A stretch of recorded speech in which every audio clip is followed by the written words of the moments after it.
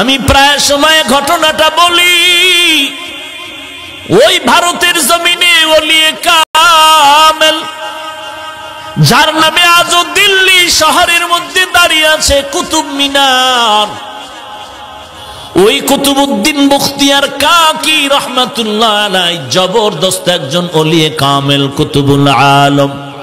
ইন্তেকালের সময় খাদেমকে ডেকে বললেন, রে খাদেম, আমি আর বোধহয় বেশি দিন বাঁচবো না, মরণাপন্ন হয়ে যাচ্ছি। ইশারাতান কেমন যেন মনটা খারাপ লাগতেছে। বিদায় বেলা দুইটা ওসিয়ত করে যাই, করায় গন্ডায় পালন করবি।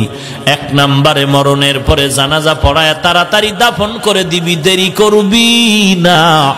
নবী বলছেন, মাইয়েতের দেরি করিয়া জানাজা দিলে মাইয়েত বড় কষ্ট পায়, তাড়াতাড়ি দাফন করে কবরে রাখবি এক নাম্বার। আমরা করি উল্টা। কেন? ছেলে কানাডায় রইছে, না আইলে জান্নাতের টিকিট দেওয়া যাবে না, জানাজা হবে না। অথচ যে ছেলের জন্য বাবার লাশটা এখনো রেডি করতে চায় না, জানাজা পড়তে চায় না, ওই ছেলে বিদেশে নামাজ পড়ে না, রোজাও রাখে না, ওই ছেলে মোনাজাত দিলেও কবুল হওয়ায় ভিতরে সন্দেহ। এই সন্তানের অপেক্ষায় করে কি লাভ?